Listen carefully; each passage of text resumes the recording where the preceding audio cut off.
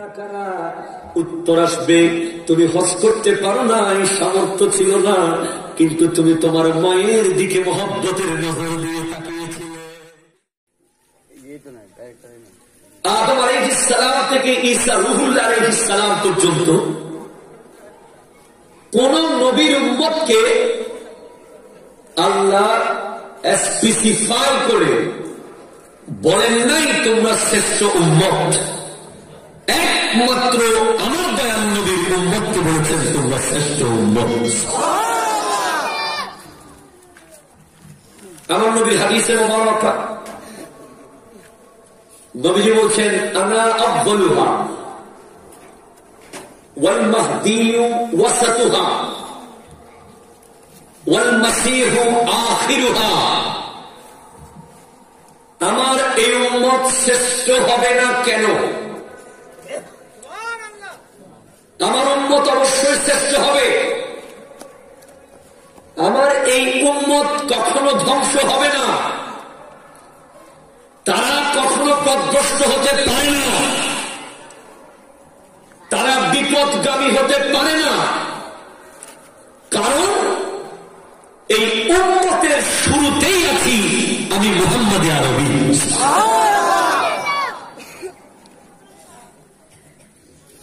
ওয়াল মাহদী ওয়াসাতুহা, এই উম্মত আমার রাস্তা ধরে বরাবর যদি চলতে থাকে, তারা মাঝপথে গিয়ে ইমাম মাহদীকে পাবে, এবং সেই বরাবর ঠিক রোডে তারা যদি থাকে, তারা যদি আমার রাস্তা ছেড়ে এদিক সেদিক না যায়, তারা যদি আমার দেখানো পথে থাকে, তারা শেষে গিয়ে হযরতে ঈসা রূহুল্লাহ আলাইহিস সালামকে পাবে। যে উম্মতের মধ্যে তিনজন গুরুত্বপূর্ণ পথ প্রদর্শক, একজন স্বয়ং রাহমাতাল লিল আলামিন, যিনি না হলে কায়নাত হতো না, যার ব্যাপারে কোরআন বলছে ইন্নাকা লাআলা খুলুকিন আযীম, যার চরিত্র, যার বৈশিষ্ট্য, যার শান, দৈর্ঘ্য প্রস্থ গভীরতা মাপা যায় না, তিনি আযীম চরিত্রের অধিকারী, যার শানে আল্লাহ বলছেন ওয়ারাফা'না লাকা যিকরাক, হাবিব আপনার শানকে আমি বুলন্দ করব। সেই নবী, এই বাচ্চা কথা হবে না,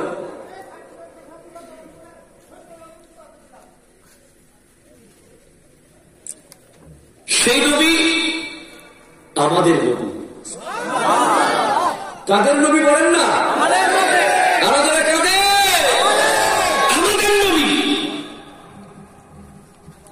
আমাদের নবী। আর সেই একজন নবী, সেরকম একজন নবী পাওয়ার কারণে আমরা হাজার রকমের অপরাধ করার পরেও আমার আল্লাহ বলছেন তোমরা শ্রেষ্ঠ উম্মত। Because of not our quality, because of our prophet, only for prophet sallallahu alayhi wa sallam, আমাদের ব্যক্তিগত যোগ্যতার কারণে নয়, আমাদের কোয়ালিটির কারণে নয়, আমাদের মধ্যে এমন এমন উম্মত আছে যারা এমন এমন অন্যায় করে যেগুলো ভাষায় প্রকাশ করার মতো নয়, যারা আমার নবীর সামনে এত বেয়াদবি করে, অন্য কোন নবীর এমনকি যদি আমরা অ্যানালাইজ করে দেখি, আপনারা কি আমার সাথে আছেন বাবা? হযরতে মূসা আলাইহিস সালাম এর আমলে চুল পরিমাণ বেয়াদবি হয়েছে, আযাব এসে গেছে। হযরতে লূত আলাইহিস সালামের সম্প্রদায় শাহওয়াতুন বিদুনিন নিসা, তারা সমকামিতায় লিপ্ত থাকত। বর্তমান যুগে আমাদের দেশেও কিছু কিছু মাদ্রাসা আমরা দেখি যেখানে এই ধরনের কার্যকলাপ চলে। কথা বলেন ঠিক কিনা? আরো জোরে বলেন নাউযুবিল্লাহ, জোরে বলেন। আযাব এসে গেছে, আল্লাহর আযাব এসে গেছে।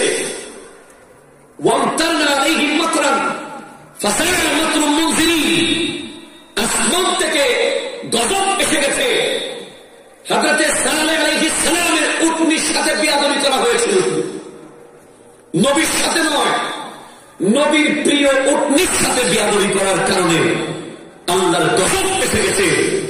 আর আমার নবী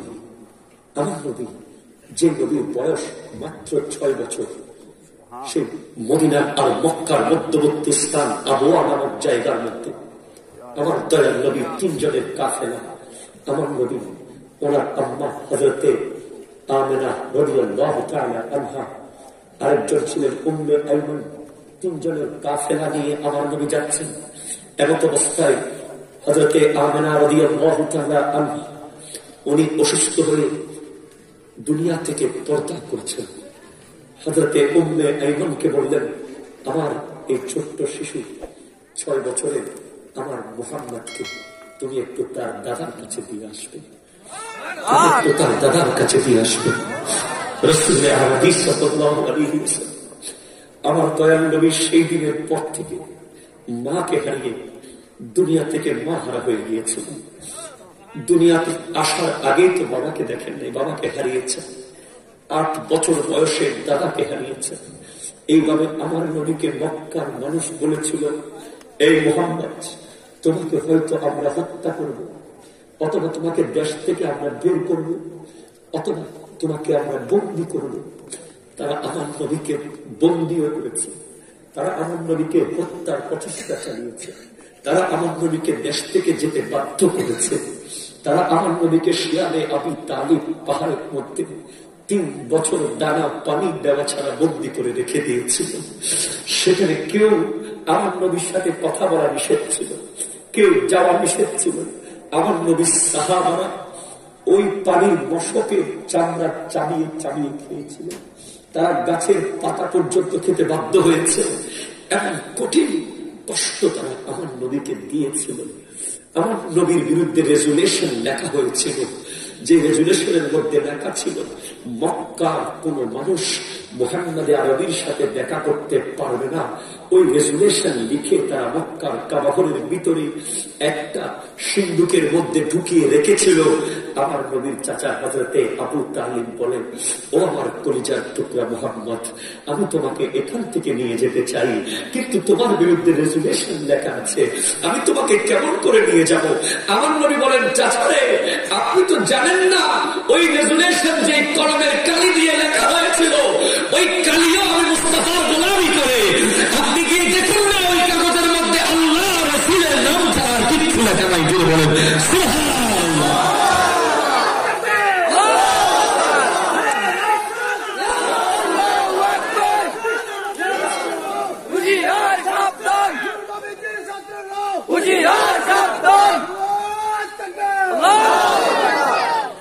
সে নবী সেদিন বলেছিল, আপনি চ্যালেঞ্জ করুন তাদের সাথে, তাদের রেজুলেশনে কিচ্ছু লেখা নাই। আমার নবী এইভাবে কি কষ্ট নবীজি করেছেন, জীবনে পেট করে কখনো খাবার খান নাই। আমার নবীজি কষ্ট কষ্ট কষ্টের উপরে কষ্ট, পাথর খেয়েছেন, রক্ত রঞ্জিত হয়েছেন, তলোয়ার ধরেছে আমার নবীর উম্মত আমার নবীর সামনে। আমার নবীর উম্মত আমার নবীকে নিজের ঘর থেকে বের করে দিয়েছে। আমার নবীর উম্মত বদরের মাঠে আমার নবীকে তলোয়ারের সামনে ডাক দিয়েছে। আমার নবীর উম্মত উহুদের মাঠে আমার নবীর সাথে তলোয়ার নিয়ে যুদ্ধ করতে এসেছে। আমার নবীর উম্মত আমার নবীর দান মুবারককে শহীদ করে দিয়েছে। এতগুলো অন্যায় করার পরেও আমার নবী বলেছেন, কুল্লা আসআলুকুম আলাইহি আজরান ইল্লাল মাওয়াদ্দাতা ফিল কুরবা, আমি তোমাদের কাছে কিচ্ছু চাইনি কখনো, তোমরা সারা জীবন বিরিয়ানি খাবে। আমি রাসূল না খেয়েছিলাম একবেলা, খেয়েছি একবেলা, না খেয়েছিলাম একবেলা। তোমরা কত খুশি থাকতেছ, তোমরা কত উদযাপন করছো, তোমাদের কাছে একটা জিনিস চাই, তোমরা আমার হোসাইনকে একটু মহব্বত করিও, আমার হোসাইনের সন্তানদেরকে একটু মহব্বত করিও। আমার নবীর উম্মত আমার নবীর কলিজার টুকরা হোসাইনকে পর্যন্ত কারবালার মাঠে জবে করে দিয়েছে। তারপরও আল্লাহর আযাব আসে নাই কেন? অন্য নবীদের আমলে চুল পরিমাণ বেয়াদবি করলে আযাব চলে আসতো, কিন্তু আমার নবীর সামনে এত বেয়াদবি হচ্ছে। আজকের দিনে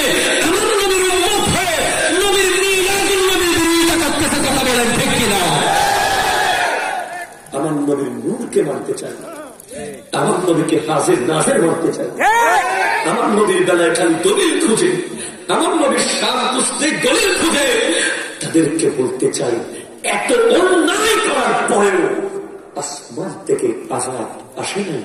কেন জানো? কারণ কোরআন বলছে মা কানা আল্লাহু লিয়ুআযিবাহুম ওয়া আনতা ফীহিম। আল্লাহ কেমন করে আসমান থেকে আযাব দেবে যেখানে আপনি রাসূল শুয়ে আছেন? শুধুমাত্র ওই নবীর কারণে আমরা এখনো মুক্ত আছি। আমরা নয় শুধু কাফের নয়, আমরা নয় শুধু মুনাফিক নয়, বাতিল নয়, আহলে হাদিস নয়, কথা বলেন ঠিক কিনা? সমস্ত বাতিল ফিরকা পর্যন্ত এখনো মুক্ত আছে, কারণ আমার নবী মদিনায় শুয়ে আছে। ওই আবু জেহেল বলেছিল মুহাম্মদ তোমার খোদাকে বড় না আযাব দেওয়ার জন্য, আমি তোমার সাথে এত অন্যায় করছি, আযাব দিতে বলে। আল্লাহ জিবরিলকে পাঠিয়ে দিলেন, জিবরিল গিয়ে বলে আমি আযাব দিতে পারবো না যতক্ষণ আমার হাবিব এই জমিনে শুয়ে থাকবে, যতক্ষণ আমার হাবিব এই জমিনে থাকবে আমি আযাব দিতে পারবো না। কষ্ট হয় আপনাদের? সেই নবীর প্রেমে একটু মিলাদুন নবী করলে অসুবিধা হবে বাবা? আমি আপনি কিসের প্রেমিক একটু খেয়াল করুন। রব্বুল আলামিন কোরআনুল কারীমে ইরশাদ করছেন وَإِذْ أَخَذَ اللَّهُ مِيثَاقَ النَّبِيِّينَ لَمَا آتَيْتُكُم مِّن كِتَابٍ وَحِكْمَةٍ। আমাদেরকে ১,৫০০ বছর পরে এসে নবীর শান কিভাবে বুঝতে হবে এটা আমার আল্লাহ রূহ জগতের সমস্ত নবীদেরকে নিয়ে বৈঠক করে বুঝিয়ে দিয়েছেন। আমার আল্লাহ সমস্ত নবীদেরকে ডাক দিয়েছেন। وَإِذْ أَخَذَ اللَّهُ مِيثَاقَ النَّبِيِّينَ لَمَا آتَيْتُكُم مِّن كِتَابٍ وَحِكْمَةٍ। হাবিব আপনি স্মরণ করুন যেদিন আপনার প্রভু সমস্ত নবীদেরকে ডেকে সোয়ারিং সেরেমনি শপথ অনুষ্ঠান করেছিল, যে অনুষ্ঠানের মধ্যে সমস্ত নবীদের আসা বাধ্যগত ছিল। আল্লাহ বলেছিলেন লামা আতাইতুকুম মিন কিতাবিন ওয়া হিকমা, আমি তোমাদেরকে কিতাব দেব, আমি তোমাদেরকে ইজ্জত দেব, আমি তোমাদেরকে সম্মান দেব, আমি তোমাদেরকে উম্মত দেব, আমি তোমাদেরকে সম্মান দেব। তোমরা নদীর মাঝখানে লাঠি নিয়ে আঘাত করলে রাস্তা হয়ে যাবে, তোমরা মরা মানুষকে টাচ করলে জিন্দা হয়ে যাবে, তোমরা পাথরের উপর দিয়ে হাঁটলে গলে যাবে, তোমরা লোহা ধরলে গলে যাবে, তোমরা এত এত শানদার হবে।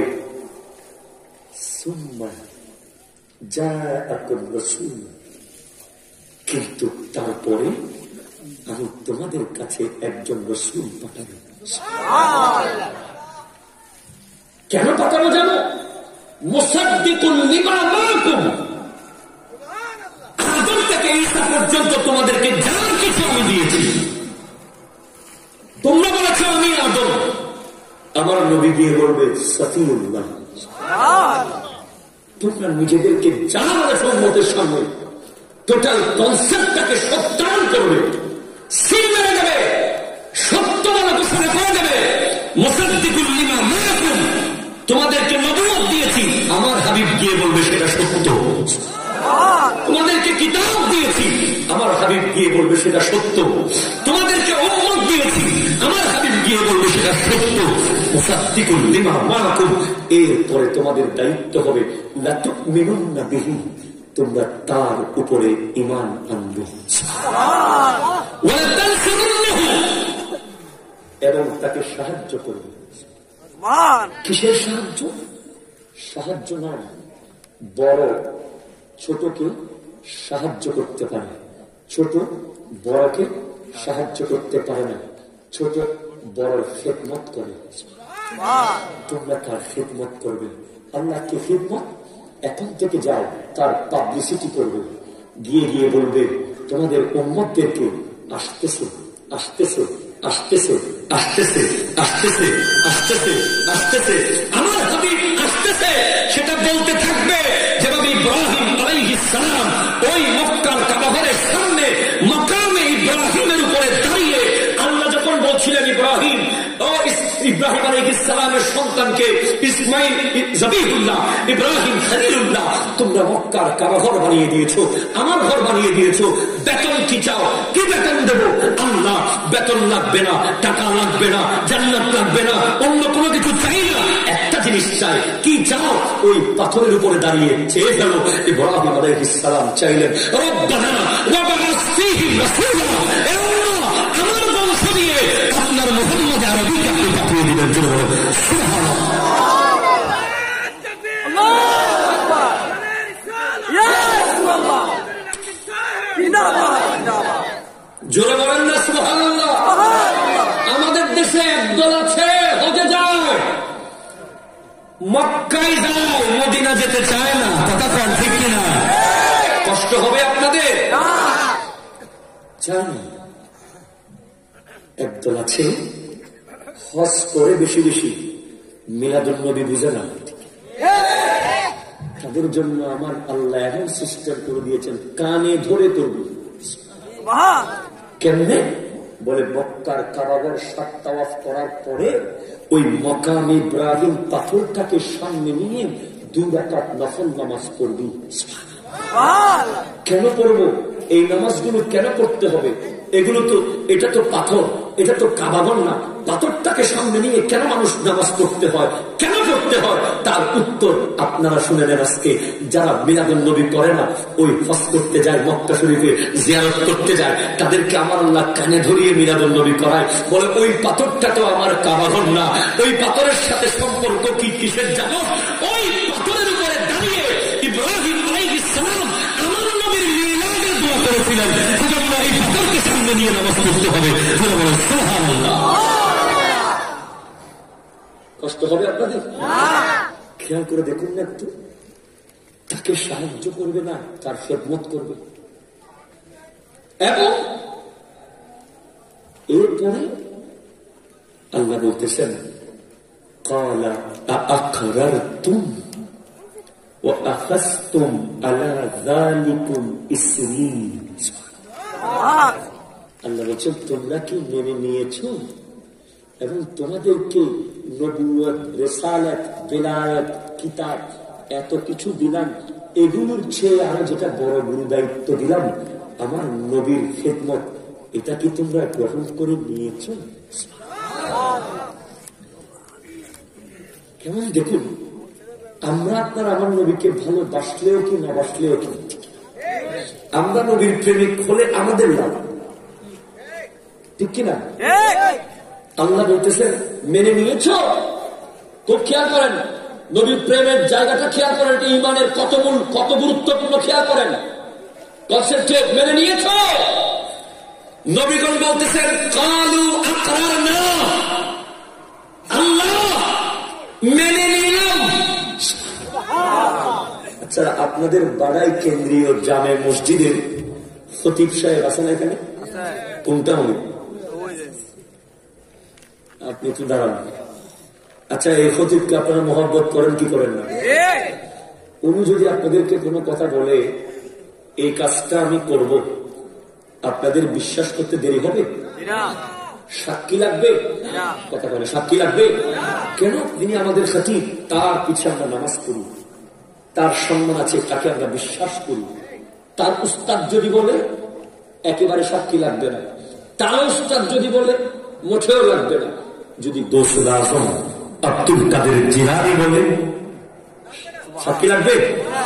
যদি ইমাম হুসাইন বলেন, যদি মৌলা আলী বলেন, যদি সিদ্দিক আকবর বলেন, এখানে আদম থেকে ঈসা আলাইহিস সালাম পর্যন্ত সমস্ত নবী আলাইহিস সালাম পর্যন্ত সমস্ত নবীরা বলতেছেন আমরা মেনে নিলাম। আল্লাহ বলতেছেন আমার এখনো পরিপূর্ণ তৃপ্তি আসতেছে না, এখনো আমি তোমাদের উপরে কনফিডেন্স রাখতে পারছি না। কেন আল্লাহ, আমরা কি নবী নই? আমরা কি আপনার নবী নই? আমাদের জন্য কি সাক্ষী লাগবে? না, তোমাদের জন্য সাক্ষীর দরকার নাই, তোমরা সবাই নবী, কিন্তু ব্যাপারটা আমার হাবিবের। হাবিবের ব্যাপার বলছেন। আল্লাহ বলতে লাগলেন, ফাশহাদু, তোমরা যে আমার হাবিবের ঘোষণা করবে, তার পক্ষে কথা বলবে, তার আগমনের বার্তা দেবে, তাকে খিদমত করবে, তোমরা একজন আরেকজনের সাক্ষী হয়ে যাবে। তারা বলতে লাগলেন, আল্লাহ রাব্বুল আলামিন আপনার হাবিবের সাহায্য খিদমতের জন্য আপনার সাথে হাবিবের প্রেমিক হব, আমরা ঈমান আনব, এতে কোনো সন্দেহ নাই, আমরা একজন আরেকজনের সাক্ষী হয়ে গেলাম। আল্লাহ, এবার কি আপনি মেনে নিয়েছেন? এখন কি আর কিছু বলার আছে? এখনো কি আপনার কুদরতের হৃদয়টা ঠান্ডা হয়েছে? আল্লাহ বলতেছেন, না না না, এখনো কনফিডেন্স আসতেছে না, আমার হাবিবের ব্যাপার আরো মজবুত করতে হবে, হাবিবের প্রেম আরো মজবুত করতে হবে। আল্লাহ, আরো মজবুত কিভাবে করবো? আমরা তো একজন আরেকজনের সাক্ষী হয়ে গেলাম। বলে, আমি আল্লাহ তোমাদের সাথে সাক্ষী হয়ে গেলাম। খেয়াল করে দেখুন তো, ওনারা সবাই নবী। এরপরে বলে, এখন কি হয়েছে? আমরা একে অপরের সাক্ষী হয়েছি, এরপরে আপনিও সাক্ষী থাকলেন। আমরা যে আপনার নবীর খিদমত করব, তার সম্মান করব, তাকে মহব্বত করব। এখন কি হয়েছে? আল্লাহ বলতেছেন, ফামান তাওয়াল্লাহ বাদা যালিকা, এরপরেও যদি কেউ পরিবর্তন হয়ে যায়, কেউ যদি উলট পালট করে, কেউ যদি গন্ডগোল করে, কি বলেছেন আল্লাহ সেটা আমি বলতে পারতেছি না, কারণ নবীদেরকে বলেছেন। তাহলে এবার একটু খেয়াল করুন, আপনারা একটু খেয়াল করুন, সেই নবীর সামনে যে আমরা কথা বলার সময় মুখে লাগান দিই না, সেই নবীর ব্যাপারে, নবীর আদবের ব্যাপারে আমরা চিন্তা করি না। আফজালুল বাশার বাদাল আম্বিয়া সিদ্দিক আকবর রাদিয়াল্লাহু তাআলা আনহু, যিনি সারা জীবন আমার নবীর সাথে ছিলেন, তিনি চাইলে 1 লক্ষ হাদিস আমার নবীর পক্ষ থেকে বর্ণনা করতে পারতেন, কিন্তু তিনি বর্ণনা করেছেন মাত্র 142টা হাদিস। কেন? ওনাকে প্রশ্ন করা হলো, আপনি এত কম হাদিস বর্ণনা করলেন কেন? তিনি উত্তর দিতে লাগলেন, এগুলো নবীর ব্যাপার, হাদিস মানে নবীর কথা, নবীর কাজ, নবীর আমল, আমার নবী করে নাই, আমার নবী বলে নাই, এরকম কোন শব্দ যদি আমার জবান দিয়ে ভুল বের হয়ে যায়, আমি কাল কিয়ামতের মাঠে কি জবাব দেব? সেজন্য আমি আমার নবীর সাথে কথা বলার সময় হাজারবার চিন্তা করি, হাজারবার চিন্তা করি, আজকে আমার বাংলাদেশে এমন কিছু কোরআন নবী আছে যারা আমার নবীকে নিরক্ষর বলেছে, কথা বলেন ঠিক কিনা? নাউজুবিল্লাহ বলে বলেন, বলে কি আপনার মোবাইলে তো ভিডিও আছে, কথা বলে ঠিক কিনা? আছে না নাই? আমার নবীর সামনে শব্দ চয়ন করার সময় চিন্তা করে নাই, আমার নবীর সামনে কথা বলার সময় ভেবে দেখে নাই। আমাকে বলতে পারেন জয়নুল আবেদিন কাদরী, আপনাদের সাথে তাদের সমস্যা কোথায়? তারাও তো পাগড়ি পরে, তারাও জুব্বা পরে, তারাও তো দাড়ি লম্বা রেখেছে, তাদের মাথায় পাগড়ি, তাদের গায়ে জুব্বা, তাদের গায়ে রুমাল। আপনার সাথে তাদের সমস্যাটা কোথায়? বিশ্বাস করুন, তাদের সাথে আমাদের কোন জায়গায় সমস্যা নাই, এক জায়গায় সমস্যা, সেটা হলো আমার নবীর ভালোবাসা। কথা বলেন ঠিক না? আমার নবীর ভালোবাসার মধ্যে চুল পরিমাণ গুস্তাগি হয়ে গেলে হযরত আবু হুরায়রা রাদিয়াল্লাহু তাআলা আনহু ওনার মাকে বলতে লাগলেন, মা রে, আমার কাছে আর কেউ নাই পৃথিবীতে, একমাত্র আপনি আছেন। খবরদার আম্মা জান, আপনার সব কিছু আমি মেনে নিতে প্রস্তুত, কিন্তু আমার নবীর সামনে যদি কোনো বেয়াদবি হয়ে যায়, আমি আপনাকে মা হিসেবে আর মেনে নিতে পারবো না, আপনাকে আমি ছেড়ে দিয়ে চলে যাব। একদিন হযরত আবু হুরায়রা রাদিয়াল্লাহু তাআলা আনহুর আম্মা জান আমার নবীর সঙ্গে চুল পরিমাণ বেয়াদবি করে কথা বলেছিলেন বলে তিনি তার মাকে ত্যাগ করে নবীর কাছে এসে বলতে লাগলেন, ইয়া রাসূলুল্লাহ, আমার একটা মা ছাড়া কিছু কেউ পৃথিবীতে ছিল না, কেউ পৃথিবীতে নাই। নবী, আজকে আপনার সামনে আমার মায়ের জবান দিয়ে শব্দ বের হয়েছে উল্টা, তাই আমি আমার মাকে ছেড়ে চলে এসেছি। ইয়া রাসূলুল্লাহ, আমি কি আমার মার কাছে আর ফেরত যেতে পারি না? একটু ব্যবস্থা করে দিন না। আমার নবীর সাথে সাথে হাত তুলে দিলেন, আল্লাহুম্মা ইহদি উম্মা আবি হুরায়রা, হে আল্লাহ তুমি আবু হুরায়রার মাকে হেদায়েত করো।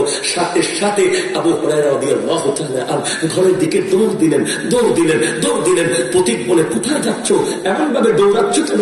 বলে, দৌড়াচ্ছি কারণ আমার নবীর দোয়ার আগে যায় নাকি আবু হুরায়রা আগে যায় একটু দেখতেছি। ঘরে গিয়ে দেখে দরজা খোলা মাত্র আমার চেহারা থেকে উজুর পানি টপ টপ করে পড়ছে। মা, কি হয়েছে তোমার? তুমি আজকে এভাবে তোমার মুখের মধ্যে পানি কেন? বলে, আজকে আমি তোমার মুহাম্মাদের কন্যা পড়ে ফেলেছি, তোমার মুহাম্মাদের ইসলামকে গ্রহণ করে ফেলেছি। মনে রাখবেন, আমার নবীর প্রেমের ব্যাপারে কোন ছাড় দেওয়া যাবে না।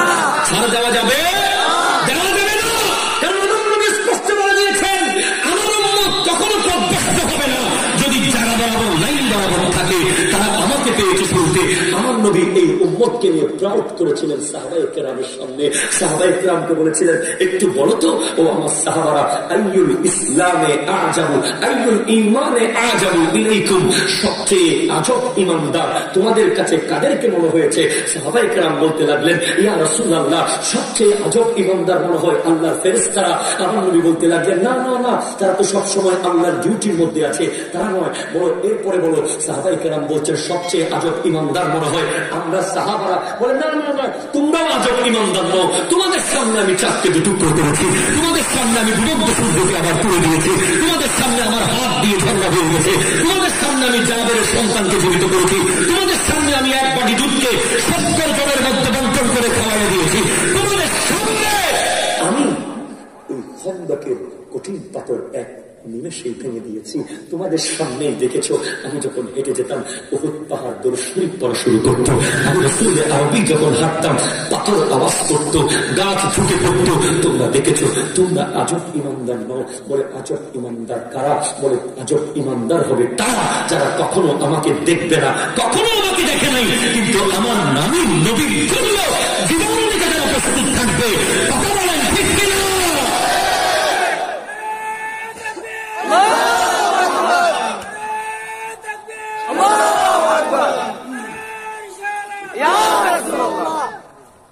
সুবহানাল্লাহ জোরে বলেন। তাহলে কুনতুম খায়রা উম্মাতিন, তোমরা শ্রেষ্ঠ উম্মত। কোন সন্দেহ আছে? কোন ডাউট আছে? অনেক কথা আছে মাঝখানে। এখন শ্রেষ্ঠত্ব ধরে রাখতে হবে, এটাকে ধরে রাখতে হবে। একটু ধরে শরীফ আল্লাহুম্মা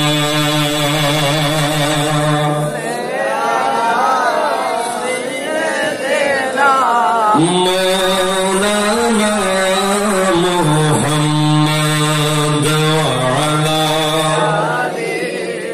سيدنا مولانا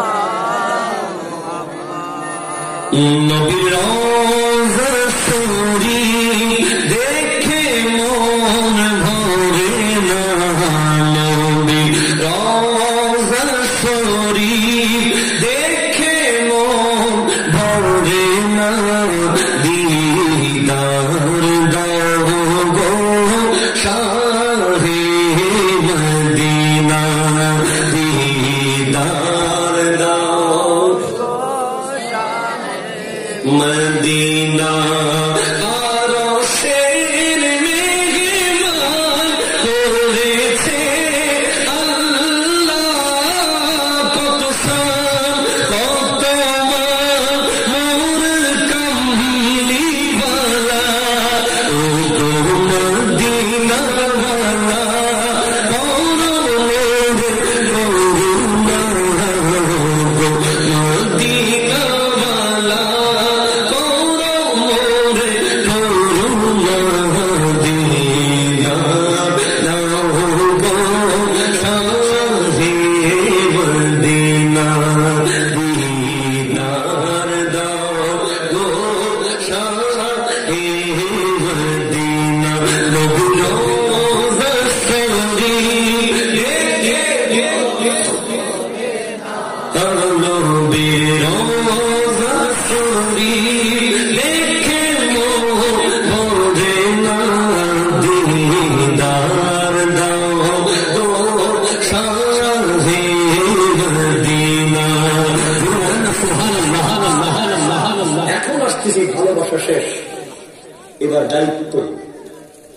আপনি ঢাকা ইউনিভার্সিটি থেকে MBA পাস করলেন, BBA পাস করলেন, ওই সার্টিফিকেটটা যদি যথাযথভাবে সংরক্ষণ না করেন, তাহলে কোন একদিন কোন একটা জব ইন্টারভিউতে আপনার বিশাল সুযোগ আসবে, কিন্তু আপনি সাবমিট করতে না পারলে চাকরি হবে না। সার্টিফিকেট দিয়েছেন আল্লাহ। কে দিয়েছেন? আল্লাহ। কে? আল্লাহ। কে? আল্লাহ। কুনতুম খায়রা উম্মাতিন। এবার আল্লাহ কিন্তু ওই সার্টিফিকেটটা কোন ফাইলে রাখবেন, ওই ফাইলটা কত মজবুত, এই কথাটাও আল্লাহ জানিয়ে দিয়েছেন। আপনি যদি আল্লাহ দেওয়া সনদটাকে রাখতে চান, তা'মুরুনা বিল মা'রুফ ওয়া তানহাউনা আনিল মুনকার, ভালো কাজে আদেশ দিতে হবে, খারাপ কাজে নিষেধ করতে হবে। কথা বলেন ঠিক কিনা? দেখুন আজকে যে মসজিদ, এই জামে মসজিদ, বাড়াই কেন্দ্রীয় জামে মসজিদ, এখানে কেউ 1 টাকা থেকে শুরু করে লক্ষ টাকা দিয়েছেন, কেউ এই মসজিদের খেদমতে আছেন, কেউ সভাপতি, কেউ সেক্রেটারি, কেউ ক্যাশিয়ার, কেউ মুয়াজ্জিন, কেউ ইমাম, কেউ খতিব, কেউ আছেন হেঁটে যাওয়ার সময় পাশ দিয়ে একটু করে পরিষ্কার করেন মন চাইলে। কথা বলেন ঠিক কিনা? আমার নবীর স্পষ্ট হাদিস, কোন একজন ব্যক্তি যদি মসজিদের খেদমতে তোমরা দেখতে পাও, মনে রাখবে সে মরার পরে তাকে তোমরা ইমানদার বলতে পারবে।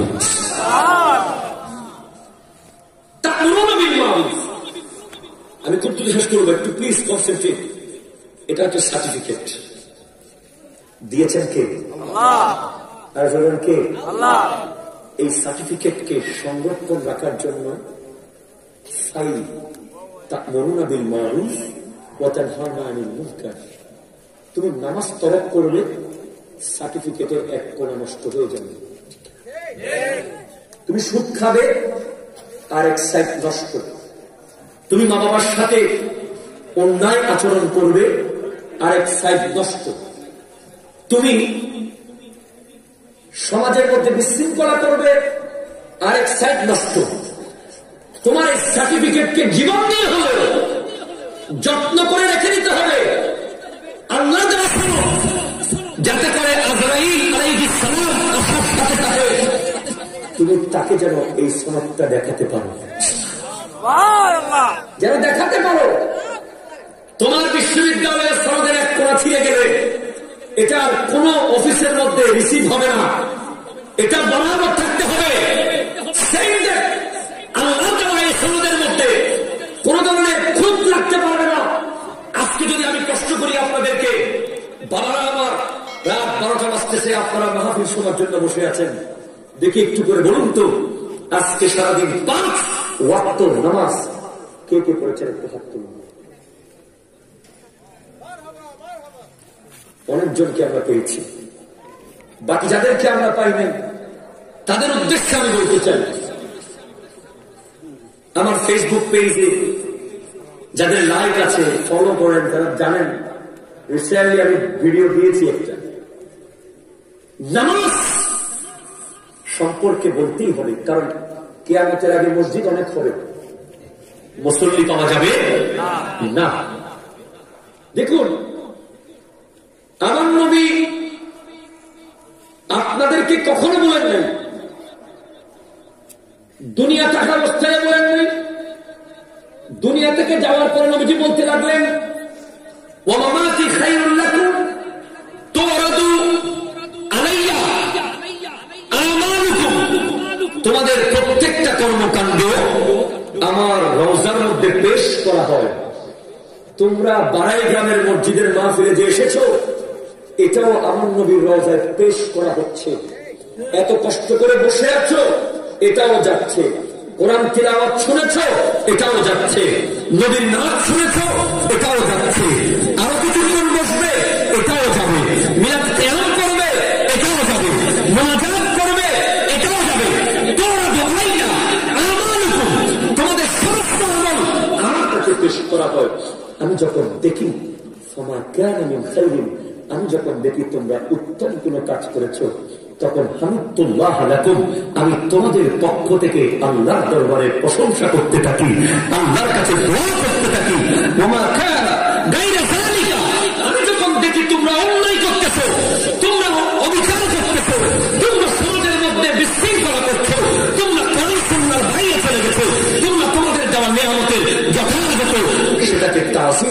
না। তোমাদেরকে যে সম্মান দেওয়া হয়েছে সেটাকে তোমরা সম্মানটাকে গুরুত্ব দিচ্ছ না। তোমাদেরকে আখিরি নবীর উম্মত বানানো হয়েছে, সেই গনিমতটাকে তোমরা এখনো গনিমত মনে করতে পারো নাই। তখন আমি আল্লাহর কাছে দোয়া করতে থাকি, আল্লাহ আমার উম্মতকে আপনি ক্ষমা করে দিন, আমার উম্মতকে আপনি ক্ষমা করে দিন, আমার উম্মতকে আপনি ক্ষমা করে দিন। আজকের দিনে যারা নামাজ পড়ে না, যারা ইচ্ছে করে নামাজ ছেড়ে দেয়, তারা জানে না তারা কি করছে। আমি মক্কা শরীফ যখন হজ ওমরা করতে গেলাম, মক্কা কাবাঘরের পাশে যে বড় বড় দোকানগুলো আছে বাঙালিদের, আর ওখানকারও মালিক আছে, তাদেরকে যখন দেখি আজান পড়ানি সাথে সাথে চলে যায়, পুরো দোকান খোলা। কিন্তু তুমি গেট বন্ধ করবে না, মাল চুরি হয়ে যেতে পারে। বলে না, চুরি হবে না। তোমার এত কনফিডেন্স কেন? বলে আমি যা চেষ্টা করতে যাচ্ছি তার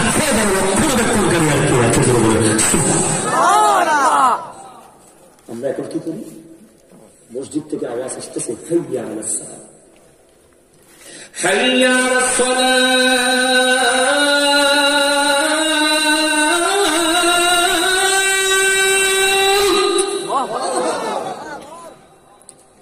আর আমি কি বলি?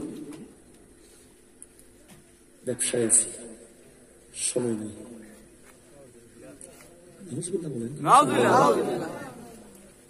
আজান করতেছে হাইয়া আলাল ফালাহ, আমি কি বলি? মিটিংয়ে আছি, মিটিংয়ে আছি। কাকে বলো না? কাকে কাকে ইয়াং জেনারেশন কাকে বলো? তুমি মোবাইলের মধ্যে আছো, পাবজি গেমের ভিতরে।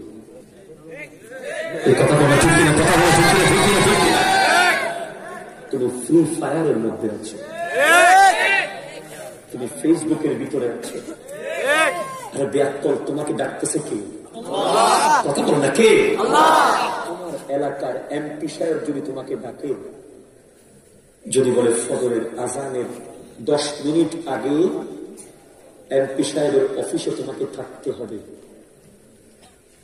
তোমার ক্ষমতা আছে 1 সেকেন্ড দেরি করা? আমি কোন পাওয়ার বলবো না, ওনার সম্মানার্থে, ওনার লেভেল এতটুকু, ওনাকে তুমি ইগনোর করতে পারবে না? পারবেন? ইগনোর করতে পারবেন এমপি সাহেবকে? যদি প্রধানমন্ত্রী ডাকে, যদি মাননীয় প্রধানমন্ত্রী বলে আগামীকাল বঙ্গভবনের ফজরের আজানের আগে উপস্থিত থাকতে হবে, কথা বলে ঠিক কিনা? বলে না, বলে না, বলে না। It is quite impossible for us to avoid this proposal. এই প্রপোজাল অ্যাভয়েড করা আমাদের পক্ষে অসম্ভব, কারণ তার সম্মান এত উঁচুতে, তিনি বাংলাদেশের প্রধানমন্ত্রী। আর আমরা আর আপনাকে একটু প্রশ্ন করি, আমরা কিভাবে নামাজ তরক করবো, কোনভাবে নামাজ তরক করবো, কোন কারণে নামাজ তরক করবো?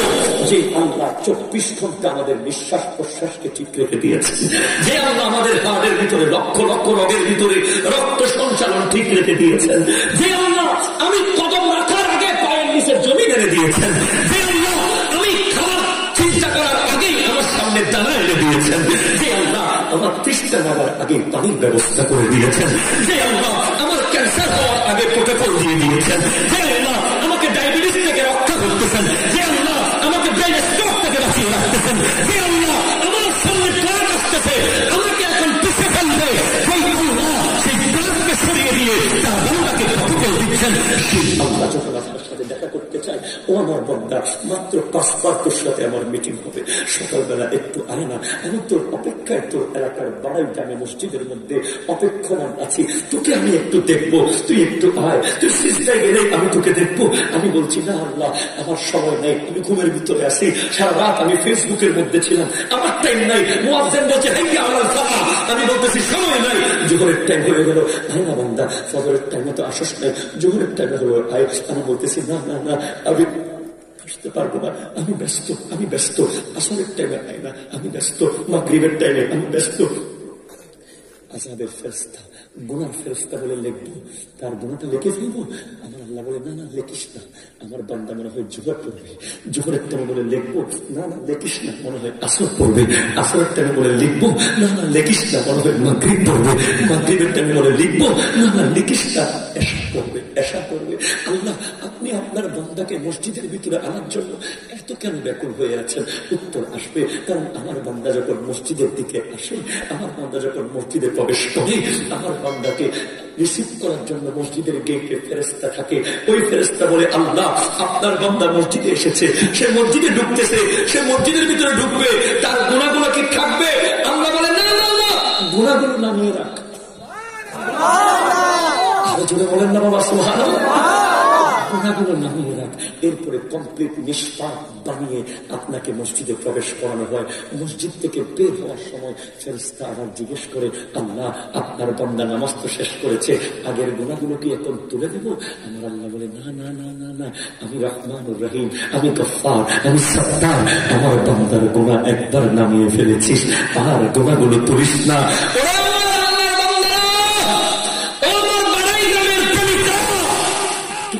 করুন না, ওই আযাজিল ফেরেশতা যাকে আমরা শয়তান হিসেবে চিনি, যাকে আমার আল্লাহ বলেছিলেন উসজুদু লি আদামা, আদমকে একটা সিজদা করো, একটা সিজদা, অনলি একটা সিজদা করা না করার অপরাধে কিয়ামত পর্যন্ত সে মলউন মরদুদ জাহান্নামী, তার কাছ থেকে পুরো দুনিয়া পালিয়ে যায়। শুধু একটা সিজদা সে করে নাই, সিজদাটা আল্লাহর জন্য ছিল না, আল্লাহর নবীকে করতে বলেছেন। আমাদেরকে প্রতিদিন 5 ওয়াক্ত 46 রাকাত নামাজ, 92টা সিজদা আমার আল্লাহ ডাকতেছেন মসজিদের মধ্যে। আমি পাবজি খেলতে গিয়ে সিজদা করতে পারতেছি না, আমি ফ্রি ফায়ার খেলতে গিয়ে সিজদা করতে পারতেছি না, আমি মিটিং করতে গিয়ে পারতেছি না, আমি ড্রাইভিং করতে গিয়ে পারতেছি না, আমি খাবার খেতে গিয়ে পারতেছি না, আমি বিয়ের অনুষ্ঠানে গিয়ে পারতেছি না আল্লাহকে সিজদা করতে। কোন আল্লাহকে আমি ইগনোর করছি? যে আল্লাহ আমার মায়ের চেয়ে আমাকে 70 গুণ বেশি ভালোবাসে। কথা বলেন ঠিক কিনা? নারে তাকবীর, নারে রিসালাত, ইয়া রাসূলুল্লাহ, নারে গাউসিয়া, ইয়া রাসূলুল্লাহ, হুজুর আল্লামা জলিল আব্দুল কাদের সাহেব জিন্দাবাদ, দোস্তকে আলা হযরত জিন্দাবাদ। নামাজ পড়ার দরকার আছে না নাই? একটু হাত তুলে বলুন, পড়বো কিনা? পড়বো কিনা বলেন না? ইনশাআল্লাহ পড়বো কিনা বলেন না? হাত নামান। কষ্ট হচ্ছে কোনো? আমি আপনাদের ব্রাহ্মণবাড়িয়ার স্টাইলে ওয়াজ করতে জানতেছি না হয়তো, আমি চট্টগ্রামের স্টাইলে কথা বলছি। আস্তে আস্তে এখানে তো আমার তাহিরি ভাই তারা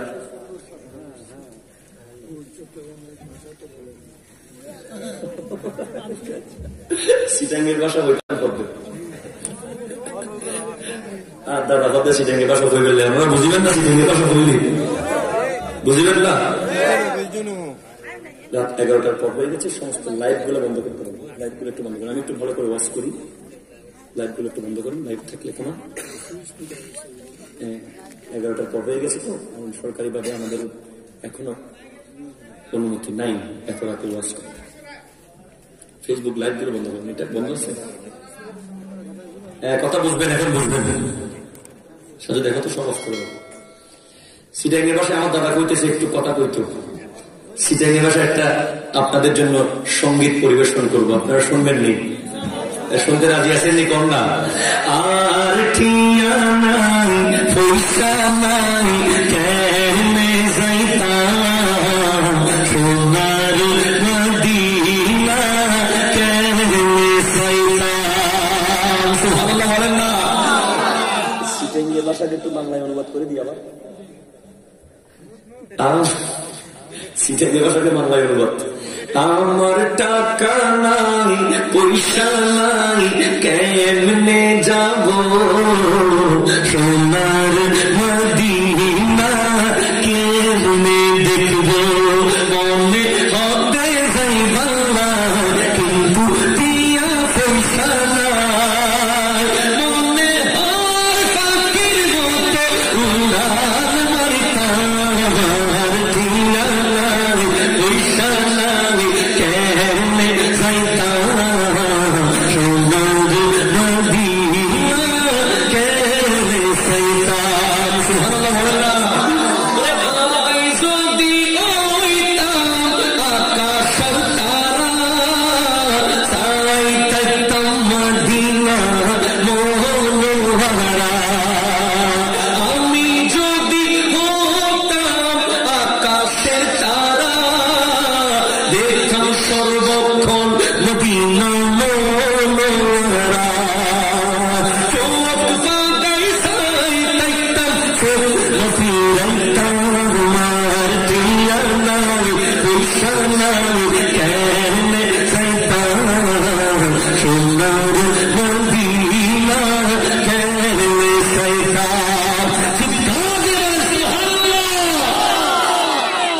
আমাদেরকে কাফনের কাপড় পরার আগে এহরামের কাপড় পরে মদিনা যাওয়ার তৌফিক দান করুন। সকলে বলুন আমিন।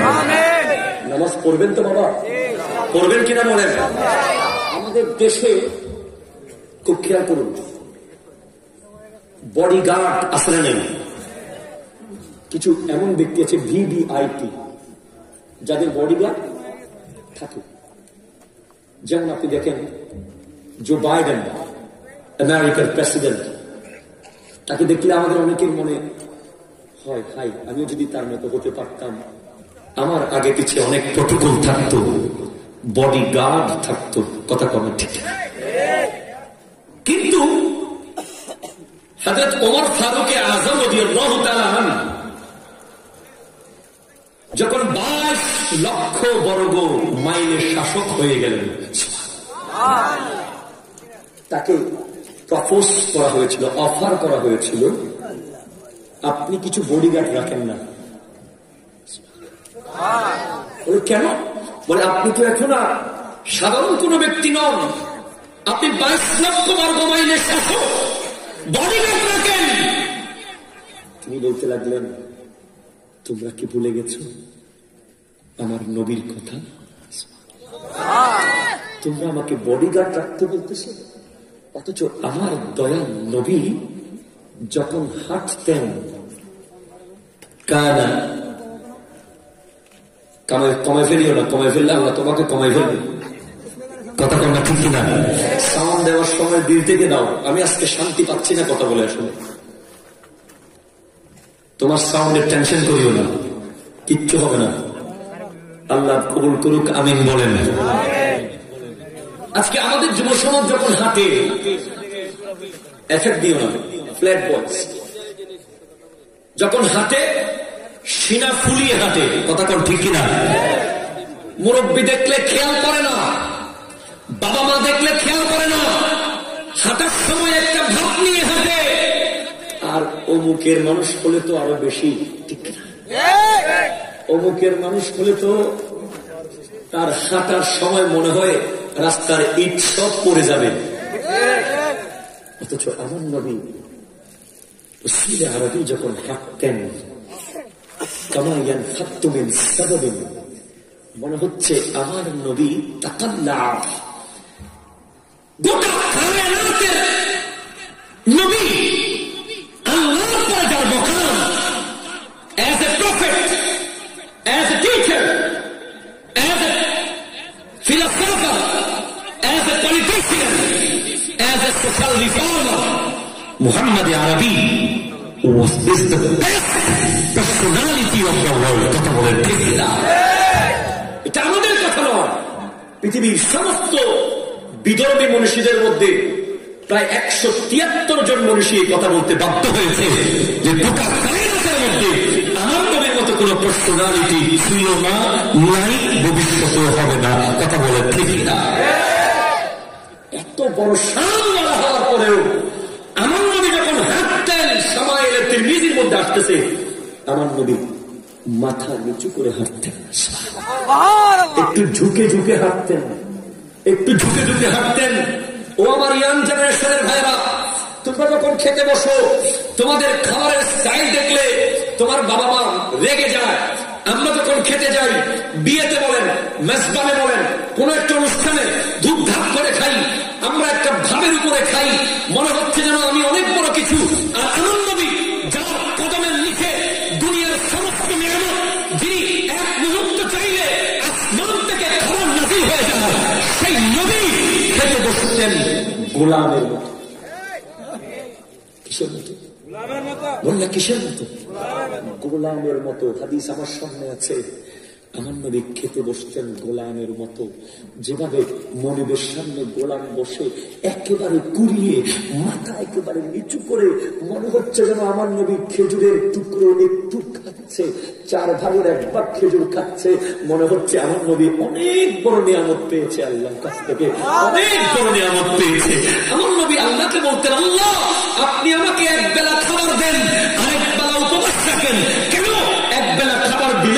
শুকর করবো, আরেক বেলা উপবাস থাকলে আমি সবর করবো। আমার নবী সেরকম ছিলেন। আমার নবী কোন বডি গার্ড কখনো রাখেন নাই। আমার নবীর প্রটোকলের জন্য কোন বডি গার্ড ছিল না। আমার নবীর সমস্ত সাহাবা, ইসলামের 4 খলিফা, কেউ কোনো বডি গার্ড রাখেন নাই। কষ্ট করতে পারেন কেন আপনাদের বডি গার্ড নাই কেন? আপনাদেরকে তো যে কোনো সময় যে কোনো কেউ আক্রমণ করতে পারত, আপনাদের উপরে হামলা চালাতে পারত, আপনাদের ক্ষতি করতে পারত। উত্তর আসবে। আমার নবী বলেছেন, লা তাতরুকান্না সালাতান মাকতুবাতান মুতাআম্মিদান ফাইন্না মান তারাকা সালাতান মাকতুবাতান মুতাআম্মিদান ফাকাদ বারিয়াত মিনহু যিম্মাতুল্লাহ। তোমরা 5 ওয়াক্ত নামাজ তরক করবে না। যদি তরক করো, তোমাদের উপর থেকে আল্লাহর প্রটোকল উঠে যাবে। তোমরা 5 ওয়াক্ত নামাজ পড়ো, পৃথিবীর কোন বডিগার্ড তোমাদের লাগবে না। তোমার নামাজ তোমার বডিকে সেভ করবে, বডির ভিতরে কিডনিও সেভ করবে। কথা বলে ঠিক না? লিভারও সেভ করবে। বডিগার্ড তোমার উপরে চামড়া সেভ করতে পারবে, ভিতরের অর্গান সেভ করতে পারবে, কিন্তু নামাজ তোমার কিডনি সেভ করবে, নামাজ তোমার লিভারকে সেভ করবে, নামাজ তোমার হার্টকে সেভ করবে, নামাজ তোমার ব্রেনকে ঠিক রাখবে। শুধু তাই নয় বাবার, আমার কবরে যেতে হবে কিনা বলেন? যে যাবো কি যাবো না বলেন? বাবা, হাই হাই হাই হাই, পরের জায়গা পরের জমি ঘর বানায়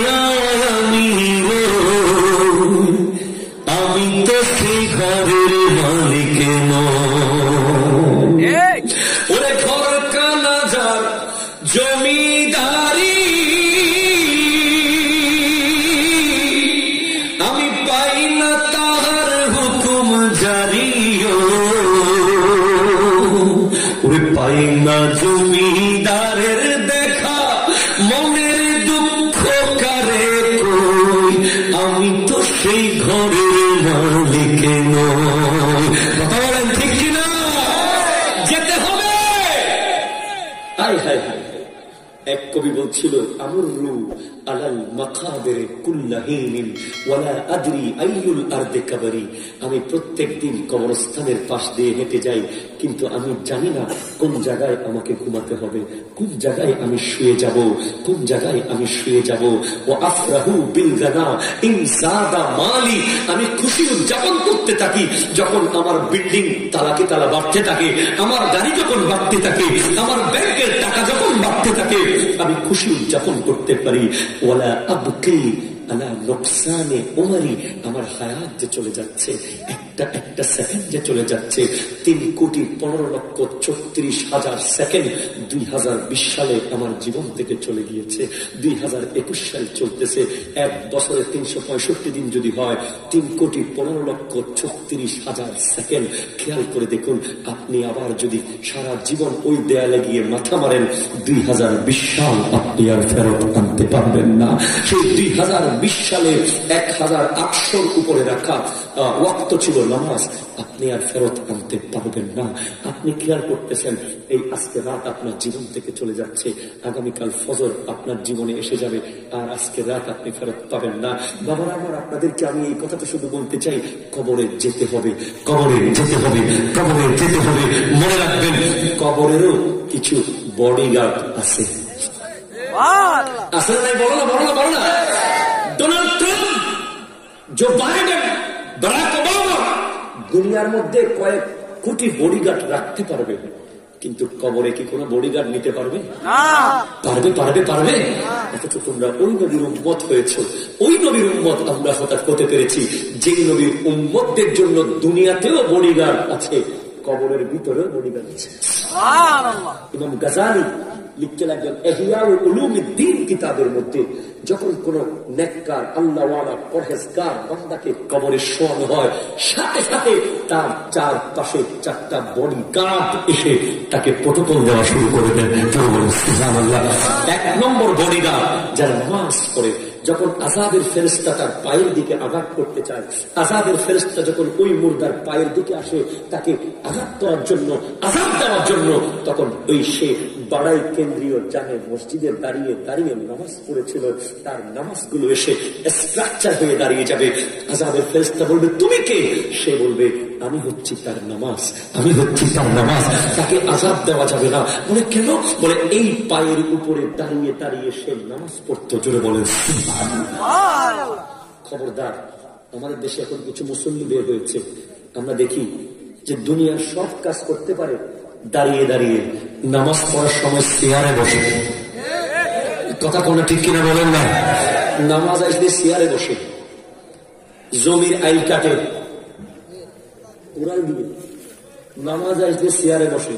হ্যাঁ, আপনি যদি 100% একেবারে অক্ষম হয়ে যান সেটা দেখা যাবে, কিন্তু আপনি মসজিদে হেঁটে হেঁটে আসলেন, আপনি বাজার যেতে পারতেছেন হেঁটে হেঁটে, আপনি ব্যবসা প্রতিষ্ঠানে যাচ্ছেন হেঁটে হেঁটে, আপনি পায়ে হেঁটে সব করতেছেন, উঠতেছেন, বসতেছেন, মসজিদে আসলে চেয়ার নেবেন না। যত কষ্ট করে দাঁড়িয়ে নামাজ পড়তে পারবেন কবরে তত আপনার জন্য আযাব হালকা হবে। এরপরে আযাবের ফেরেশতা যাবে মাথার দিকে, ওই আযাবের ফেরেশতার সামনে দাঁড়িয়ে যাবে তোমার রোজা, যে রোজাগুলো তুমি কষ্ট করে রেখে দিয়েছিলে। সামনে রোজা রোজা আসতেছে, ঠিক কিনা বলেন? আসতেছে নি? আসতেছে নি? রোজা 3 প্রকার। কয় প্রকার? বসতেছেন আপনারা? বসবেন তো?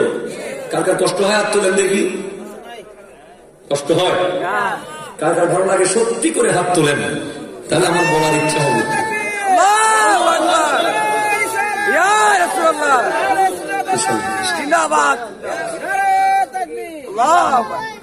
আমার বাবা অনেক কষ্ট করেছেন, আল্লাহ ওনাকে সহি সালামতে বাড়ি যাওয়ার তৌফিক দান করুন। আমিন। রোজা কয় প্রকার? 3 প্রকার। কত? 3 প্রকার। কত মুরব্বী? 3 প্রকার। 3 প্রকার রোজা আছে, 3 প্রকার। আজকে জেনে নাও, সামনে রমজান মাস আসতেছে। 1 নম্বর হলো সওমুল উমুম, সাধারণ রোজা। কিরকম রোজা? সাধারণ রোজা মানে কি? রোজাও রাখে, মিথ্যাও বলে, গীবতও করে, চুগলখড়িও করে, সুদও খায়, ঘুষও খায়, মারামারিও করে, হানাহানিও করে, গালাগালিও করে, আবার সেহরিও খায়, ইফতারও খায়। কথা কম ঠিক কিনা? এরা হলো সাধারণ রোজা। এগুলো কোন রোজা নয়, এগুলো উপবাস থাকা। কি থাকা? 2 নম্বর রোজা সওমুল খুসুস, স্পেশাল রোজা। স্পেশাল রোজা, ভিআইপি রোজাদার। কেমন তাদের রোজা হবে? রোজা রাখবে, কান দিয়ে মিথ্যা শুনবে না, মুখ দিয়ে গীবত বলবে না, হাত দিয়ে অন্যায় কাজ করবে না, পা দিয়ে অন্যায় জায়গায় যাবে না, দিল দিয়ে অন্যায় কিছু ভাববে না। যার হাত, পা, চোখ, কান না আপনাদের মস্তক রোজা রাখে, সেটা হলো সওমুল খুসুস। আরেকটা হলো সওম আখাসুল খুসুস, ভেরি ভেরি ভিআইপি, সর্বোচ্চ রোজাদার। তারা রোজা রাখবে, 11 মাস দুনিয়ার সব কাজ শেষ করবে, 1 মাস শুধু বরাদ্দ রাখবে আল্লাহর জন্য।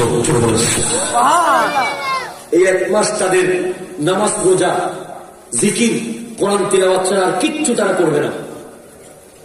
এখন এই ধরনের যারা রোজা রাখবে, কিংবা তার আগের ক্যাটাগরির যারা রাখবে, কবরে মাথার দিকে যখন আযাবের ফেরেশতা আসবে, তাদের রোজা দিয়ে দাঁড়িয়ে যাবে, তাকে আঘাত করা যাবে না। তুমি কে?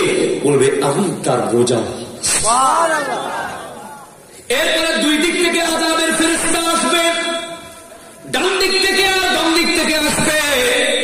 তখন তার হজ, সে মক্কা মদিনায় গিয়ে যে হজ করেছে, তার হজ এসে দাঁড়িয়ে যাবে। যদি তাকে সে হজ করতে পারে নাই, তারপরেও তাকে আযাবের ফেরেশতা থেকে রক্ষা করতেছে একটা স্ট্রাকচার। সে প্রশ্ন করবে, আমি তো হজ করার সুযোগ পাই নাই, তোমরা কারা? উত্তর আসবে, তুমি হজ করতে পারো নাই, সামর্থ্য ছিল না, কিন্তু তুমি তোমার মায়ের দিকে মহব্বতের নজর দিয়ে তাকিয়েছিলে, তুমি তোমার বাবার দিকে প্রেমের নজরে তাকিয়েছিলে, তোমাকে হজের সালাত দিয়েছে আল্লাহ। কথা বলেন ঠিক কিনা? তুমি তোমার এলাকার মেহমানকে মেহমান নওয়াজি করেছিলে, তুমি তোমার পাশের বাসার প্রতিবেশীকে খাওয়ার দিয়েছিলে, প্রতিবেশীর সুখে সুখী হয়েছিলে, প্রতিবেশীর দুঃখে দুঃখী হয়েছিলে, তোমাকে হজের সওয়াব দিয়ে দিয়েছেন আমার আল্লাহ। এরপরে হাতের দিকে আসবে আযাবের ফেরেশতা। তখন এই বাড়াই জামে মসজিদে যে টাকা দিয়ে, পয়সা দিয়ে, ইট দিয়ে, লোহা দিয়ে, সিমেন্ট দিয়ে মসজিদটাকে আজকে দাঁড় করিয়ে দিয়েছ, তুমি যে যাকাত দিয়েছ, তুমি যে গরিব মিসকিনকে দিয়েছ, ইয়েতীমকে দিয়েছ, কাউকে দেখানোর জন্য নয়, লিওয়াজহিল্লাহ দিয়েছ, তোমার সমস্ত সদকা দান গুলো এসে তোমার কবরে তোমাকে প্রটোকল দেবে, বলবে তাকে আযাব দেওয়া যাবে না। তুমি কে? উত্তর আসবে আমি তার সদকা যেগুলো সে হাত দিয়ে দিয়ে দিয়েছে। আরো জোরে বলেন না সুবহানাল্লাহ। সোনার মদিনা আমার প্রাণের মদিনা, সোনার মদিনা আমার প্রাণের মদিনা, সবই ভুলব কিন্তু তোমায় বলতে পারি না, ভুলিনি ভুলবো না বলতে পারি না, ভুলিনি ভুলবো না বলতে পারি না, সবই ভুলব কিন্তু তোমায় বলতে পারি না। আর সমল্লার চেয়ে দামি তুমি হও, খোদার সৃষ্টিতে তুমি শ্রেষ্ঠ ভূমি হও। আর সমল্লার চেয়ে দামি তুমি হও, খোদার সৃষ্টিতে তুমি শ্রেষ্ঠ ভূমি হও। তোমার বুকে শুয়ে আছেন শাহে মদিনা, তোমার বুকে আছে শাহে মদিনা, সবই ভুলিব কিন্তু তোমায় বলতে পারি না, সবই ভুলিব কিন্তু তোমায় ভুলতে পারি না। সোনার মদিনা আমার প্রাণের মদিনা, সবই ভুলিব কিন্তু তোমায় ভুলতে পারি না। মদিনা মদিনা আশিক মুমিনের ঠিকানা, মদিনা আশিকে মুমিনের ঠিকানা, পিছন থেকে সামনে পর্যন্ত কেউ চুপ থাকবে না, একসাথে মদিনা মদিনা আশিক মুমিনের ঠিকানা। দিদার চেয়ে কাঁদো তোমরা, দিদার চেয়ে কাঁদো তোমরা, আমার নবী দিওয়ানা, মদিনা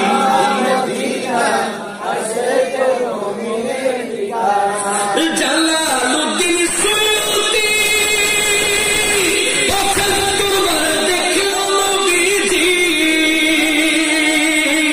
এতবার দেখিল নবী তৃপ্তি তার মিটল না, মদিনা হায় হায় মদিনা মদিনা আশিক মুমিনের ঠিকানা। জোরে বলেন না সুবহানাল্লাহ। তাহলে নামাজ পড়ার দরকার আছে না নাই? আরো জোরে আসে না নাই? আগামীকাল ফজরের নামাজ পড়বো কিনা? সুদ খাওয়ার দরকার আছে? নাই এখানে সুদ খায় লোক আছে? অভাব নাই, অভাব নাই, হ্যাঁ অভাব নাই, প্রমাণ দিত না, আছে? হ্যাঁ আছে। হায় হায় হায়। একটু জিকির করো লা ইলাহা ইল্লাল্লাহ, লা ইলাহা ইল্লাল্লাহ, জোরে লা ইলাহা ইল্লাল্লাহ, লা ইলাহা ইল্লাল্লাহ, লা ইলাহা ইল্লাল্লাহ মুহাম্মাদুর রাসূলুল্লাহ। জোরে বলেন সুবহানাল্লাহ। সুদ খাওয়ার লোক আছে? সুদ খাওয়া যাবে? না খেলে নামাজ পড়লে হবে? না, নামাজও পড়ে সুদও খায়, অনেক বড় বোকা। ঠিক সে জানে না তার নামাজগুলো তার মুখে মারা হবে। ঠিক কিনা কথা বলেন না? আমি আপনাদেরকে একটা কোরআনের আয়াত, সুদের ওয়াজ জীবনে অনেক শুনেছেন, আমি একটি কোরআনের আয়াত দিয়ে আপনাদেরকে একটু বুঝাবো। এটা শোনার পরে যদি কেউ সুদ খায় তাহলে তাকে পৃথিবীর আর কিচ্ছু দিয়ে বোঝানো সম্ভব নয়, তার জন্য জাহান্নাম অবধারিত। কথা বলেন ঠিক? আমার রব্বুল আলামিন ইরশাদ করছেন, আহাল্লাল্লাহুল বাই'a ওয়া হারামার রিবা। আল্লাহ ব্যবসাকে হালাল করেছেন, সুদকে।